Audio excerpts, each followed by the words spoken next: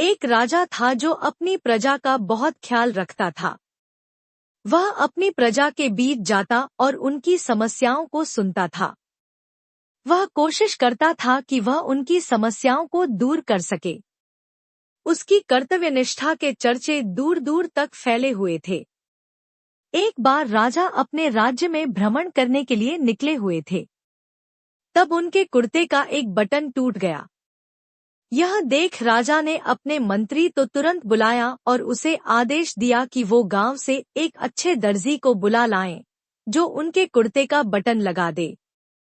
यह सुन मंत्री ने गांव में दर्जी की खोज शुरू कर दी। संयोग से उन्हें एक दर्जी भी मिल गया। गांव में उसकी एक छोटी सी दुकान थी। उस दर्जी को जल्दी ही राजा के पास लाया गया। उस दर्जी से राजा ने कहा कि क्या वो उसके कुर्ते के बटन सिल सकता है। दर्जी ने कहा कि यह तो बड़ा ही आसान काम है। दर्जी ने अपने थैले से धागा निकाला और कुर्ते का बटन लगा दिया। राजा बेहद खुश हुआ और उससे पूछा कि वो उन्हें कितने पैसे दे। इस पर दर्जी ने कहा कि इतने से काम के लिए वो पैसे नहीं ले सकता है। इस पर राजा ने कहा कि वो इसकी कीमत जरूर देंगे। दर्जी ने सोचा कि उसने तो बस धागा ही लगाया है, तो उसके 2 रुपए मांग लेता हूँ। फिर दर्जी ने सोचा कि कहीं राजा यह न सोचे कि इतने से काम के 2 रुपए तो गांव वालों से कितना पैसा लेता होगा। यह सब सोच समझकर दर्जी ने कहा कि वो अपनी इच्छा से जो भी देंगे वो ले लेगा। राजा ने दर्जी की ईमानदारी और विनम्रता को देखकर कहा, तुम्हारी यह ईमानदारी मेरे लिए बहुत मूल्यवान है। मैं तुम्हें इनाम दूंगा। राजा ने अपने खजाने के प्रमुख को बुलाया और आदेश दिया, इस दर्जी को 100 स्वर्ण मुद्राएं दी जाएं। यह सुनकर दर्जी हक्का बक्का रह गया। उसने कहा, महाराज, मैंने तो सिर्फ एक बटन लगाया है। इसके लिए इतना बड़ा इनाम देना उचित नहीं है। राजा मुस्कुराते हुए बोले, तुम्हारे काम का मूल्य सिर्फ बटन लगाने से नहीं आंका जा सकता। तुमने ईमानदारी और सच्चाई दिखाई, जो मेरे राज्य के हर नागरिक के लिए एक उदाहरण है। मैं चाहता हूँ कि हर कोई तुम्हारी तरह अपने काम को पूरी ईमानदारी और मेहनत से करे। दर्जी ने सिर झुकाकर राजा को धन्यवाद दिया और बोला, महाराज, मैं आपके इस उपकार को कभी नहीं भूलूंगा। यह इनाम मेरे लिए जीवन भर की प्रेरणा रहेगा। इस घटना के बाद पूरे राज्य में राजा की उदारता और दर्जी की ईमानदारी की चर्चा होने लगी। राजा और प्रजा दोनों ही एक दूसरे से प्रेम और आदर का रिश्ता बनाए रखने की सीख लेते रहे। दर्जी ने 2 गांवों का मालिक बनकर अपनी नई जिम्मेदारी स्वीकार की। पहले तो उसे यह विश्वास ही नहीं हुआ कि इतना बड़ा उपहार उसे उसकी ईमानदारी और साधारण से काम के बदले मिला है। लेकिन उसने ठान लिया कि वह राजा के भरोसे और अपनी अंतरात्मा का मान रखेगा। जब दर्जी अपने नए गांवों में पहुंचा, तो उसने देखा कि लोग बहुत साधारण जीवन जी रहे थे। गांवों में खेती की पुरानी पद्धतियां थीं, सड़कें टूटी-फूटी थीं, और लोग शिक्षा और स्वास्थ्य जैसी बुनियादी सुविधाओं से वंचित थे।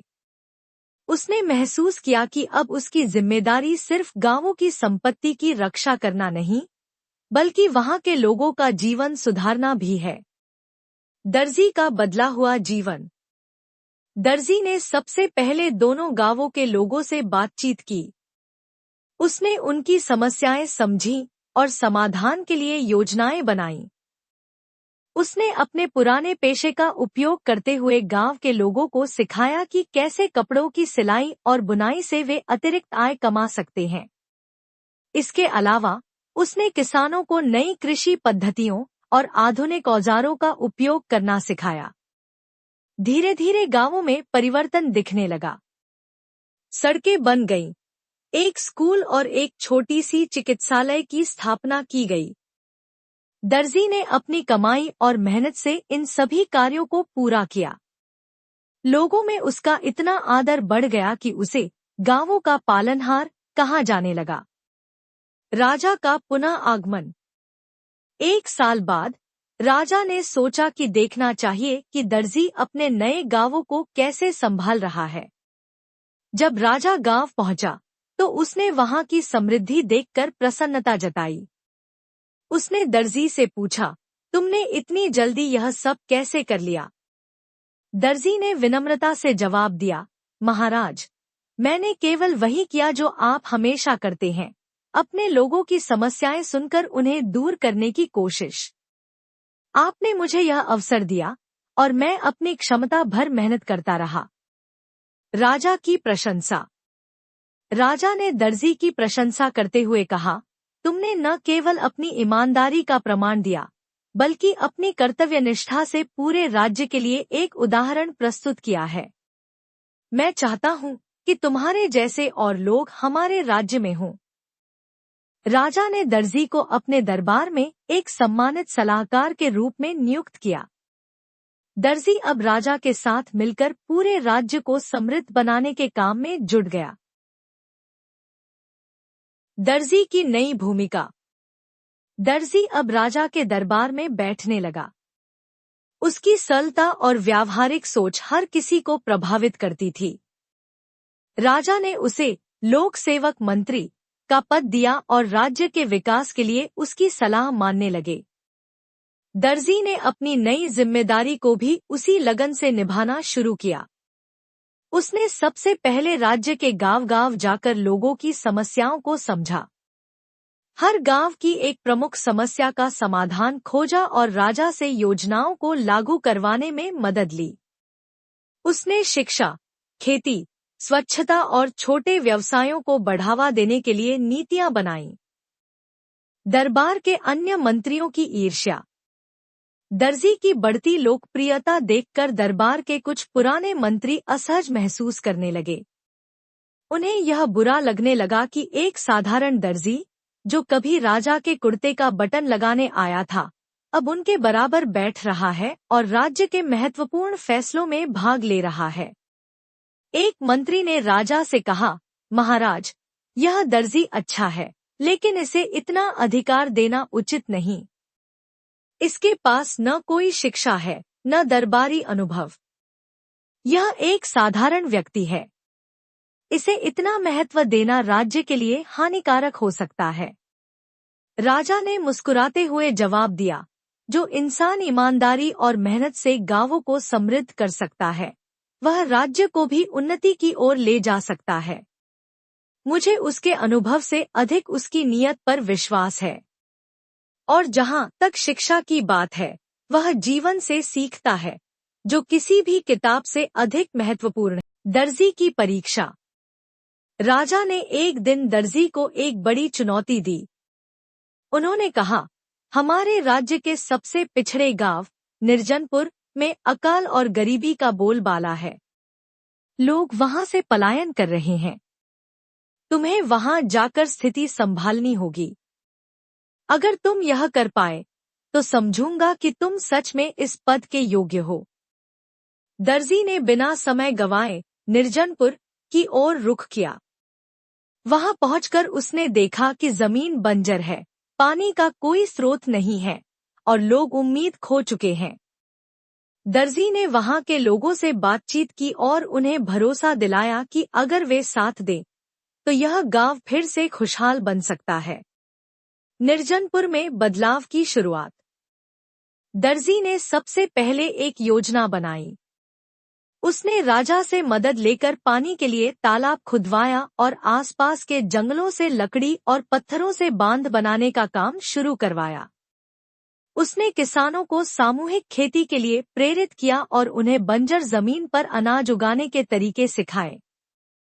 महिलाओं और युवाओं को हस्तशिल्प और सिलाई का प्रशिक्षण दिया, जिससे उनकी आय बढ़ने लगी। कुछ ही महीनों में निर्जनपुर की तस्वीर बदलने लगी। तालाब में पानी भरने लगा, फसलें लहलहाने लगी और गांव के लोग आत्मनिर्भर बन गए। गांव का नाम बदलकर संपन्नपुर कर दिया गया। राजा की अंतिम परीक्षा। जब राजा गांव का दौरा करने पहुंचे तो उन्होंने दर्जी से पूछा, अब बताओ, तुम्हें इस सफलता का श्रेय किसे देना चाहिए? दर्जी ने सिर झुकाकर जवाब दिया, महाराज, यह सब गांव के लोगों की मेहनत और आपका भरोसा है। मैंने केवल उन्हें एक नई राह दिखाई है। राजा ने गर्व से कहा, तुम्हारी विनम्रता और सेवा भावना ही तुम्हें दूसरों से अलग बनाती है। तुम्हारे जैसे लोग राज्य की असली ताकत हैं। आज से मैं तुम्हें राज्य का प्रधानमंत्री नियुक्त करता हूँ। संपूर्ण राज्य में प्रेरणा। दर्जी की कहानी पूरे राज्य में एक मिसाल बन गई। लोग यह समझ गए कि किसी भी काम की शुरुआत छोटी हो सकती है, लेकिन ईमानदारी और मेहनत से बड़ी जिम्मेदारी निभाई जा सकती है। दर्जी अब न केवल राजा का विश्वास पात्र था, बल्कि पूरे राज्य के लोगों का आदर्श बन चुका था। दर्जी का प्रधानमंत्री बनना। दर्जी को राज्य का प्रधानमंत्री बनने के बाद एक नई जिम्मेदारी मिली। हालांकि उसने यह पद स्वीकार कर लिया, लेकिन उसका दिल अब भी साधारण और सच्चा था। उसने राजा से कहा, महाराज, मैं भले ही प्रधानमंत्री बन गया हूँ, लेकिन मैं चाहता हूँ कि मुझे लोगों के बीच जाकर उनकी समस्याओं को समझने और हल करने का अवसर मिलता रहे। दरबार में बैठकर राज्य की नब्ज नहीं समझी जा सकती। राजा उसकी सोच से प्रसन्न हुए और कहा, तुम्हारे जैसे नेता को लोगों के बीच ही रहना चाहिए। मैं तुम्हें पूरा अधिकार देता हूँ कि तुम राज्य के हर कोने में जाओ और अपनी योजनाएं लागू करो। राज्य में नई योजनाओं की शुरुआत। प्रधानमंत्री बनने के बाद दर्जी ने राज्य में कई नई योजनाओं की शुरुआत की। उसने शिक्षा पर विशेष ध्यान दिया। उसने हर गांव में एक कर्मशाला, कार्यशाला बनवाई, जहां बच्चों को पढ़ाई के साथ साथ हस्तकला, कृषि और अन्य कौशल सिखाए जाने लगे। महिलाओं के लिए महिला सहायता समूह बनाए, जहां वे आर्थिक रूप से आत्मनिर्भर बन सकें। दर्जी ने यह सुनिश्चित किया कि हर गांव में पानी, बिजली और सड़कें हों। उसने यह भी आदेश दिया कि कोई भी किसान अपनी फसल के उचित मूल्य से वंचित न रहे। उसने व्यापारियों और किसानों के बीच सीधा संपर्क स्थापित करवाया, ताकि बिचौलियों का हस्तक्षेप खत्म हो सके। दरबार में षड्यंत्र। हालांकि दरबार के कुछ मंत्री अब भी दर्जी से ईर्ष्या करते थे। उन्होंने राजा के सामने दर्जी को बदनाम करने की साजिश रची। एक दिन उन्होंने राजा से कहा, महाराज, दर्जी राज्य के खजाने का दुरुपयोग कर रहा है। उसके नाम पर जो योजनाएं चल रही हैं, उनका सही हिसाब किताब नहीं मिल रहा। यह आपकी उदारता का गलत फायदा उठा रहा है। राजा को यह सुनकर थोड़ा संदेह हुआ। उन्होंने दर्जी से बात किए बिना खुद गांवों का दौरा करने का फैसला किया। सच्चाई का उजागर होना। राजा ने दर्जी के द्वारा विकसित गांवों का दौरा किया। वहां की खुशहाली, स्वच्छता और लोगों की खुशी देखकर वे हैरान रह गए। उन्होंने दर्जी से गुप्त रूप से पूछताछ की और पाया कि उसने न केवल खजाने का सही उपयोग किया, बल्कि अपने व्यक्तिगत धन से भी राज्य के विकास में योगदान दिया था। राजा ने दरबार लौटकर उन षड्यंत्रकारी मंत्रियों को बुलाया और कहा, तुम लोगों ने न केवल मेरे भरोसे को तोड़ा, बल्कि राज्य के सबसे ईमानदार व्यक्ति पर झूठा आरोप लगाया। अब तुम्हारे स्थान पर दर्जी द्वारा प्रशिक्षित युवा नेताओं को मौका दिया जाएगा। दर्जी का आदर्श नेतृत्व। इसके बाद दर्जी ने राज्य में लोकतंत्र की नींव रखी। उसने युवाओं को शिक्षा और नेतृत्व का महत्व समझाया और गांव-गांव में पंचायतों की स्थापना की। उसने राजा से कहा, महाराज, एक दिन आएगा जब लोगों को अपने भविष्य का फैसला खुद करना चाहिए। मेरा उद्देश्य है कि हर नागरिक इतना सशक्त हो कि उसे राजा या मंत्री की जरूरत न पड़े। राजा ने उसकी बात मान ली और राज्य में जनता के प्रतिनिधियों को चुनने की परंपरा शुरू की। दर्जी अब भी सलाहकार के रूप में रहा, लेकिन उसने अपनी बाकी जिंदगी लोगों के बीच बिताने का फैसला किया। आखिरी दिनों की प्रेरणा। जब दर्जी बूढ़ा हो गया तो वह अपने पहले 2 गांवों में रहने चला गया। लोग अब भी उसे आदर से गांवों का सेवक कहते थे। उसके द्वारा स्थापित योजनाएं और आदर्श पूरे राज्य में अमर हो गए।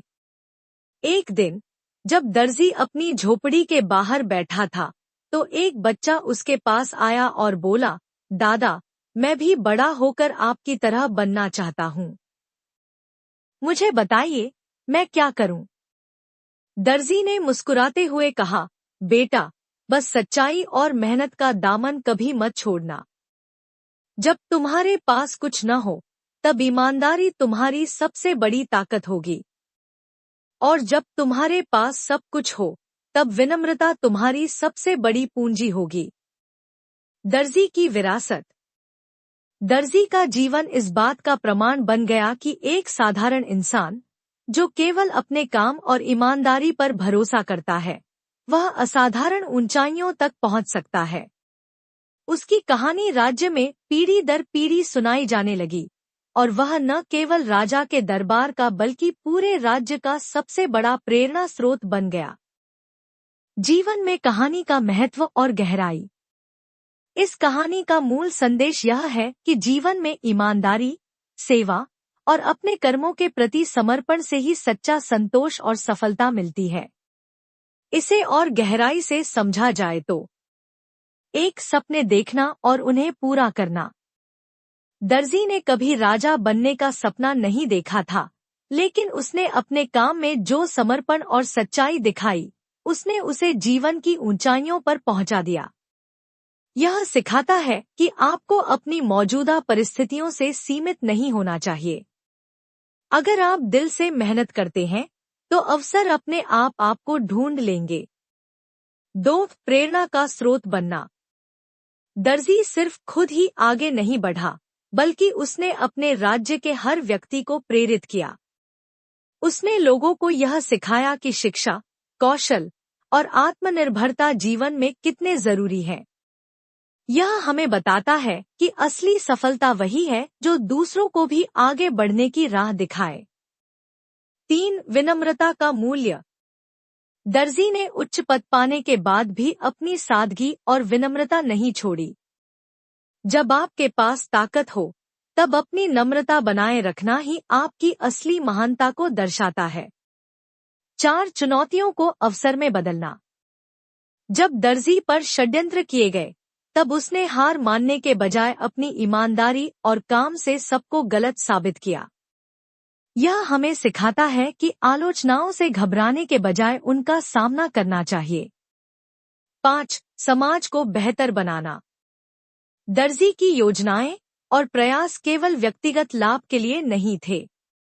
वह अपने समाज की भलाई और विकास के लिए समर्पित था। यह हमें सिखाता है कि आपकी सच्ची सफलता तब है जब आप दूसरों के जीवन में बदलाव ला सकें। जीवन को बदलने वाली सीखें। 1, अपने अंदर की शक्ति को पहचानें। हर इंसान में असाधारण बनने की क्षमता होती है।